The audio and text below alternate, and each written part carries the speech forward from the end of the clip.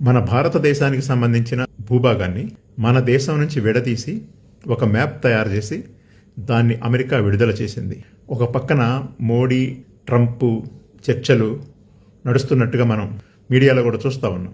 అదే సమయంలో భారతదేశాన్ని అత్యంత దారుణంగా అవమానిస్తూ పాక్ ఆక్యుపైడ్ కాశ్మీర్, అది మన భారతదేశంలో భాగం, అది మ్యాప్లో కూడా మన వైపే ఉంటుంది.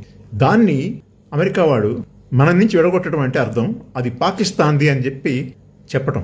అనేక సార్లు భారతదేశాన్ని పదే పదే అమెరికా, ట్రంప్ అవమానిస్తూ ఉంటే నరేంద్ర మోడీ ఏమాత్రం మాట్లాడకుండా భరిస్తూ ఉండి దేశాన్ని అవమానపరుస్తున్నటువంటి పరిస్థితి మనం చూస్తూ ఉన్నాం. ఇది ఒకటోసారి కాదు. మన దేశం మీద పహల్గామ్ మీద దాడి చేసినప్పుడు ట్రంప్ పాకిస్తాన్ పేరెత్తకుండా దాన్ని విమర్శించకుండా ఉండలేనటువంటి పరిస్థితి.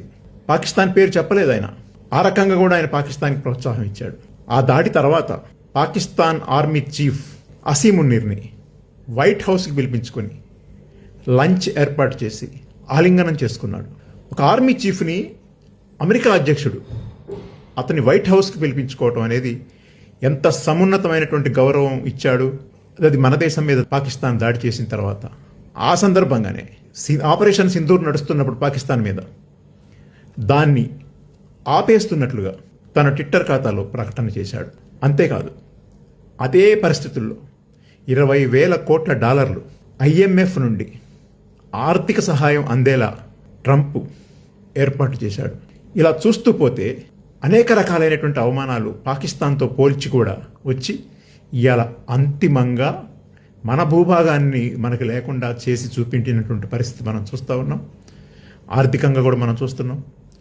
మనకి కారు చౌకగా ఆయిల్ దొరికే అవకాశం రష్యా నుంచి ఉంది, ఇరాన్ నుంచి ఉంది, అంతకుముందు వెనిజులా నుంచి ఉంటే ఈ అన్ని దేశాల నుండి ఆయిల్ కొనడానికి వీల్లేదని చెప్పి ఆంక్షలు పెట్టి మనతో వాటిని మాన్పించినటువంటి పరిస్థితి ఉంది.